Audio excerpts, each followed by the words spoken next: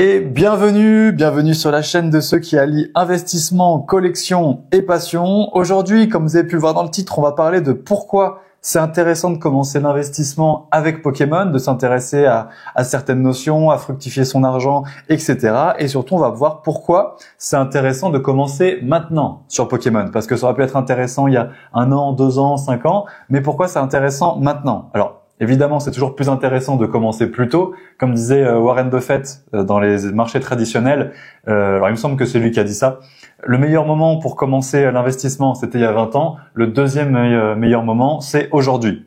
Parce que voilà, hier, il y avait toujours des meilleurs rendements, mais aujourd'hui, vous aurez toujours des meilleurs rendements que demain. Voilà un peu sur quoi va tourner la vidéo. Mais avant d'aller plus loin, voilà, je voulais faire un petit flex sur ce petit décor. Voilà, ça fait longtemps que j'avais pas parlé de mon décor, que j'avais pas flexé. Regardez-moi tout ça là, parce que on est un peu là pour ça. Ah oui, c'est vrai que j'ai enlevé l'autofocus. Bon, de toute façon, vous les voyez, c'est Regice et Regirock X de bon, je vais pas dire la série parce que la dernière fois je m'étais trompé. X-Force caché, Ex-Gardien du pouvoir. Bon, quelque chose comme ça. Vous me le direz dans le commentaire ou alors je le dirai en commentaire. Voilà, je trouvais que c'était vraiment très très stylé, donc j'avais envie de mettre ça en avant. Mais avant, donc n'hésitez pas donc à vous abonner, à liker si c'est pas déjà fait et à rejoindre le Discord si ça vous intéresse. On est presque 900 je crois sur le Discord, donc tout ce qui est bonne astuce, précommande, conseils pour les débutants et les confirmés, c'est là-dessus que ça se passe. Bah voilà, on va pouvoir faire un petit point du jour. Alors le petit point du jour, il va être très rapide, il n'y a plus rien en magasin. Voilà, ça y est, on y est. Moi, ça commence à vraiment me faire penser à 2021. Il n'y a plus rien en magasin. J'ai fait 3-4 magasins aujourd'hui. Là, j'avais un petit peu de temps avant un rendez-vous. Il n'y a plus rien. Le seul truc que j'ai trouvé, c'est peut-être un coffret Tag et un coffret Tyrannosif X, le coffret premium que j'ai vu à King jouer. Sinon, vraiment, il n'y a plus rien de moyennement intéressant. Alors, il y a toujours des tripacks EV7, EV6, mais vraiment, moi, en tout cas, de chez moi je suis en ville, je n'ai rien trouvé d'autre. Et aussi les précommandes de EV8.5, là je me suis renseigné, je suis passé à Micromania. J'ai demandé est-ce que vous avez du EV8, le vendeur m'a ri au nez, on va dire. C'était pas méchant, mais il m'a dit si vous savez le nombre de fois qu'on me pose la question. Donc évidemment, il n'y a plus rien. Et j'ai demandé aussi pour les précommandes de EV8.5, il m'a dit c'était la semaine dernière. Jeudi dernier, je crois, c'était au niveau national, donc pour tous les Micromania, ça s'est pas fait pour chaque magasin, c'était en ligne et c'était pour les clients premium et collector plus, je sais pas quoi exactement ce que c'est. Et d'ailleurs, il m'a expliqué un petit peu que pour avoir ce genre d'aide, de précommande, c'était mieux d'avoir donc le grade le plus élevé. Le grade le plus élevé est à 30 € par an et c'est pas, ça se réinitialise pas automatiquement, ça vous paye pas, ça vous prélève pas tout le temps. Donc si jamais vous êtes vraiment, ça vous intéresse vraiment de choper les prochaines précommandes, etc.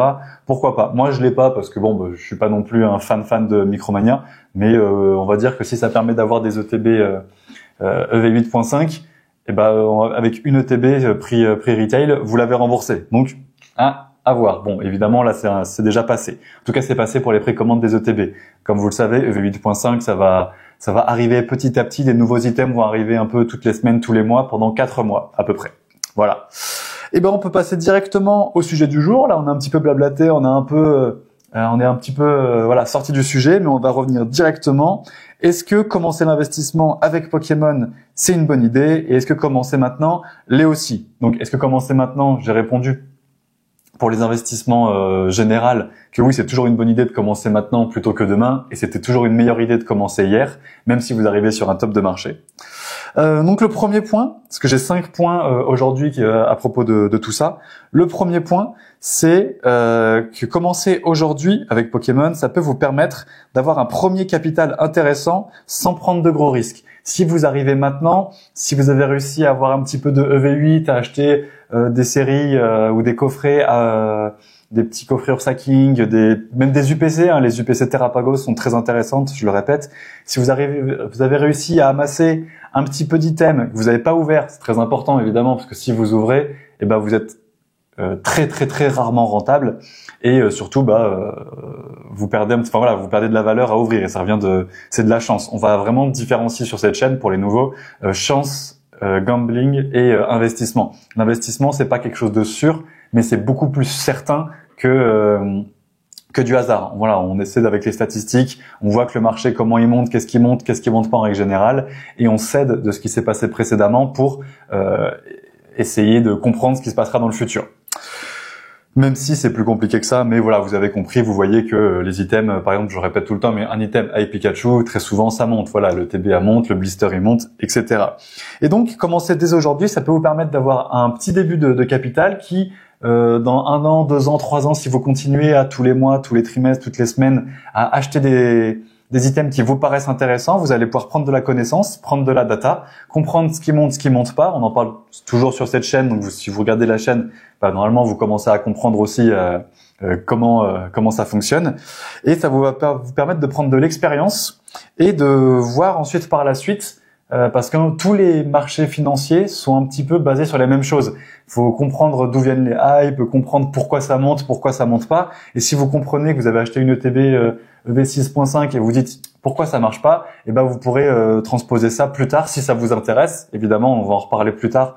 Mais si jamais ça vous intéresse de vous intéresser à d'autres marchés financiers, d'autres comme la bourse, les obligations, l'immobilier, les cryptos, etc., vous aurez déjà fait cet effort intellectuel de comprendre pourquoi ça marche pas, avoir déjà fait les erreurs avec des petits montants, parce que je vous conseille de pas mettre tout votre argent d'un coup, parce que vous allez forcément faire des erreurs d'investissement et c'est dommage de faire des erreurs avec 100% de son capital, parce que là on perd beaucoup de temps, vraiment, alors que si on met 10-15% par mois, par semaine, vous allez faire des erreurs 1 fois, 2 fois, 3 fois, puis après vous allez plus les faire. Et ensuite vous allez pouvoir acheter des choses un peu plus conséquentes, un peu plus importantes. En tout cas, moi c'est vraiment ce que je préconise et ce que je conseille. Et donc voilà, ensuite une fois que vous aurez acquis de l'expérience, vous pourrez aller, si ça vous intéresse, soit sur d'autres marchés financiers, en gardant ou non une part dans Pokémon. Par exemple, moi j'estime que quand on commence à avoir un vraiment gros patrimoine, à plus de 5 chiffres, on va dire minimum, et avoir plus de 10, 15, 20% dans Pokémon, ça commence à être un peu risqué. Après, on en parlera tout à l'heure aussi, mais si vous avez un profil de risque, un profil d'investisseur qui est vraiment hyper bien pour Pokémon, vous pouvez continuer là-dedans. Mais vous verrez que chaque marché a des avantages et des inconvénients.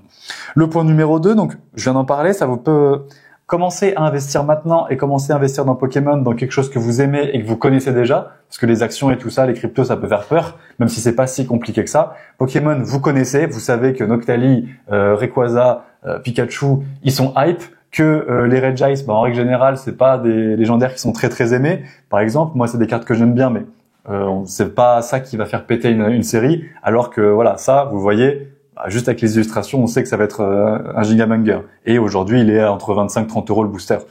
Donc, on s'est pas trompé.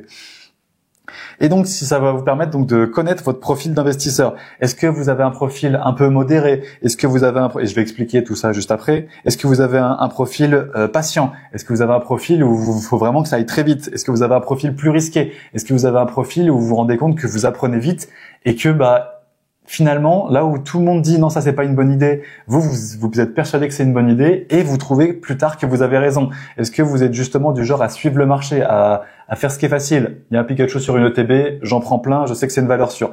Vous allez apprendre bien à connaître votre profil d'investisseur et donc vous allez pouvoir, par exemple, si vous êtes un peu modéré, à vous mettre sur la bourse. La bourse, c'est quelque chose qui paye relativement bien, mais c'est un petit peu long, etc. Vous pouvez aussi rester sur Pokémon, comme je disais tout à l'heure. Si vous êtes un peu patient, vous allez pouvoir peut-être plus vous intéresser sur de l'immobilier, alors même s'il y a d'autres intérêts à l'immobilier. Si vous avez un profil très risqué, que vous aimez prendre des risques, que perdre de l'argent ne vous fait pas peur parce que vous savez qu'au final vous allez en gagner beaucoup plus, peut-être que les crypto-monnaies seront plus intéressantes pour vous. Et si vous rendez compte que en fait vous êtes surtout accro au gambling, que vous achetez pour acheter, que vous pouvez pas vous empêcher d'ouvrir parce que vous dites peut-être que ça se trouve dans ce booster il y a le Noctali VMAX, il faut que je l'ouvre. Voilà, si vous avez cette mentalité que vous n'arrivez pas à garder scellé et que vous avez vraiment vraiment une addiction au gambling, arrêtez tout. En tout cas, pour l'instant, je vous conseille vraiment d'arrêter tout, peut-être d'aller voir un psy. C'est pas une blague, c'est pas quelque chose qui est mis en l'air parce que ça cache forcément quelque chose, cette envie de gain rapide et c'est un peu se brûler les ailes, quoi. Mais en tout cas, je vais pas faire 10 minutes là-dessus. Vous avez compris, vous allez pouvoir en apprendre plus sur vous. Et quand vous comprenez plus sur vous, vous en comprenez plus sur les autres. Et si vous en comprenez plus sur les autres, vous en comprenez plus sur le marché. Et ça fait de vous encore un meilleur investisseur, etc., etc. Qu'importe le marché. Là, je parle de Pokémon parce que c'est de quoi on parle, c'est ce que je connais, c'est ce que j'aime, mais j'ai aussi une expérience sur les marchés plus traditionnels, bourse, crypto-monnaie, obligations, etc. Et on se rend compte que en globalité, c'est un peu la même chose parce que ce qui fait le marché, c'est la mentalité humaine, c'est la psychologie et qu'importe ce qu'on trade, que ce soit des roses en 1800 ou des cartes Pokémon en 2025, c'est la même psychologie, c'est la même façon de faire. Donc vous allez apprendre beaucoup d'expérience et peut-être vous allez pouvoir gagner énormément d'argent sur du très long terme avec Pokémon, mais aussi autre chose. Le point numéro 3, et là on va rentrer plus sur pourquoi Pokémon et pourquoi maintenant. Là, avant, les deux premiers points, c'était pourquoi Pokémon. Là, on va parler de pourquoi maintenant. Eh bien, parce que on est en début de hype. Voilà, vous n'avez pas cette impression de rater le train, même si on a tous toujours cette impression de rater le train. Ah, j'ai pas réussi à avoir assez de V8. J'ai pas réussi à avoir des précommandes de V8.5. Ok, vous n'avez pas maximisé ce cycle. C'est pas grave. Vous arrivez en début de hype. On ne sait pas ce qui va se passer pour la suite. Comme on l'a vu avec quand Évolution Céleste est sorti, toutes les séries qui sont sorties après, on avait beaucoup plus de facilité à en trouver au bout d'un moment. Et même s'ils n'ont pas autant performé que celle-ci, quand même on voit que la deuxième partie du bloc épée et bouclier commence vraiment à prendre de la valeur. Et la première partie, j'en parle pas. Et je pense qu'avec ce cycle, quand je dis ce cycle, c'est souvent une hype, parce qu'on se rend compte qu'il y a une hype tous les 3-5 ans en règle générale. Donc si on suit la logique, la prochaine hype sera pour les 30 ans. Moi, je pense qu'ils vont pas laisser passer ça. Enfin, ça n'engage que moi. Et donc, vous arrivez donc au bon moment, on va dire, vous êtes au bon endroit au bon moment. Vous n'avez pas encore raté le train. Alors, si vous posez des questions, peut-être que vous allez finir par avoir raté le train. Ne vous dites pas je vais acheter tout ce qui reste en magasin non plus. Comme je vous disais, on a encore le temps. On a l'impression que c'est très urgent, mais on a encore le temps de faire des bonnes affaires. Mettez un peu de votre capital quand vous trouvez des bonnes affaires. Et ensuite, les prochaines séries vont être intéressantes aussi, j'en suis persuadé.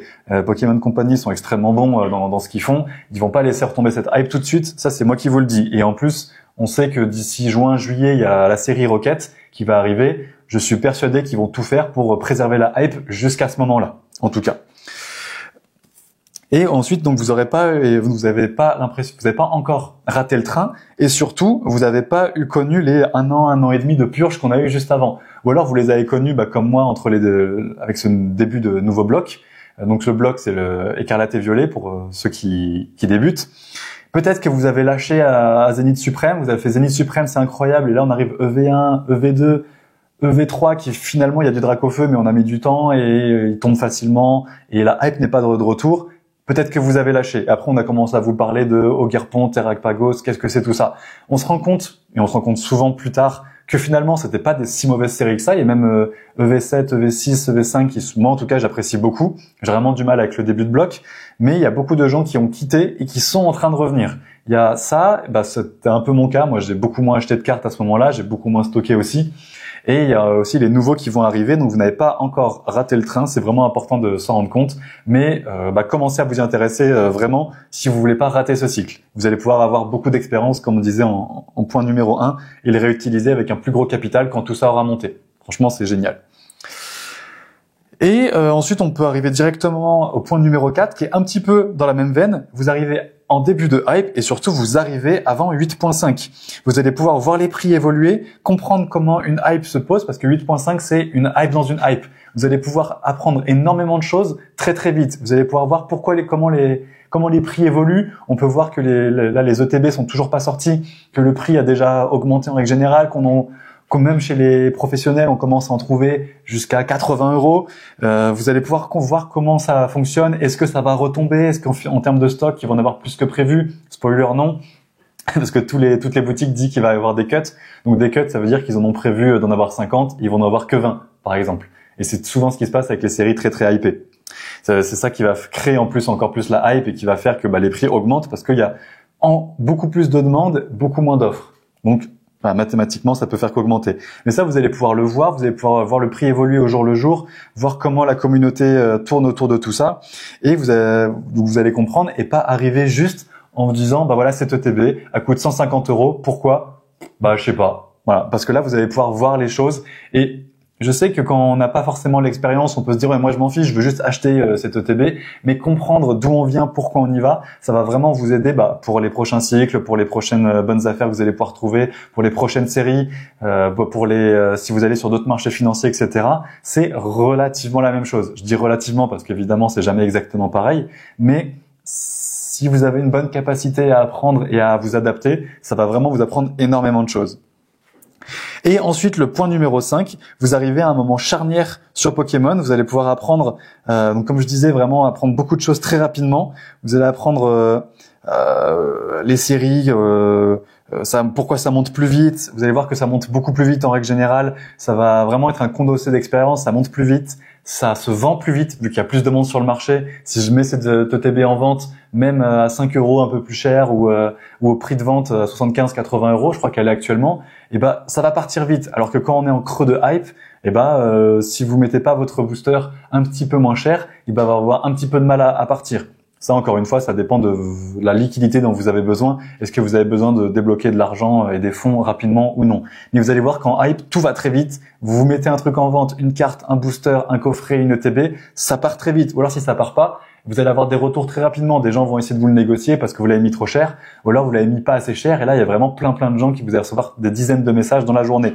Ça va être hyper intéressant et vous allez apprendre énormément de choses.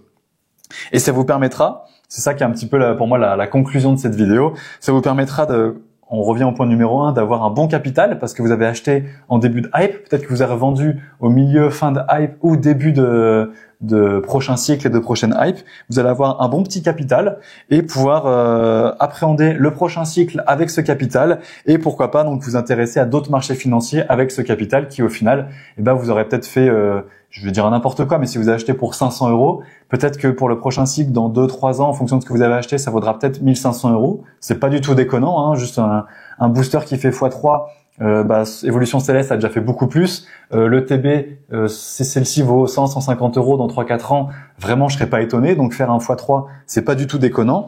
Et repartir sur de bonnes bases avec ce 1500 euros, et peut-être réinvestir à nouveau 500 pour à nouveau faire x3 prochainement, et ensuite mettre 1000 euros, 500 euros en bourse, 500 crypto-monnaies, ou alors tout remettre dans Pokémon, ou alors justement complètement quitter le hobby côté investissement et garder de la collection, mais vous intéresser vraiment à d'autres choses. Et c'est ça qui va vous permettre de partir avec un minimum de risque, un minimum de capital vers des choses qui seront pour moi sur du long terme très intéressantes. Long terme ou milieu, court terme, ça dépend faut adapter toujours ses objectifs en fonction de ce qu'on veut faire, bien évidemment.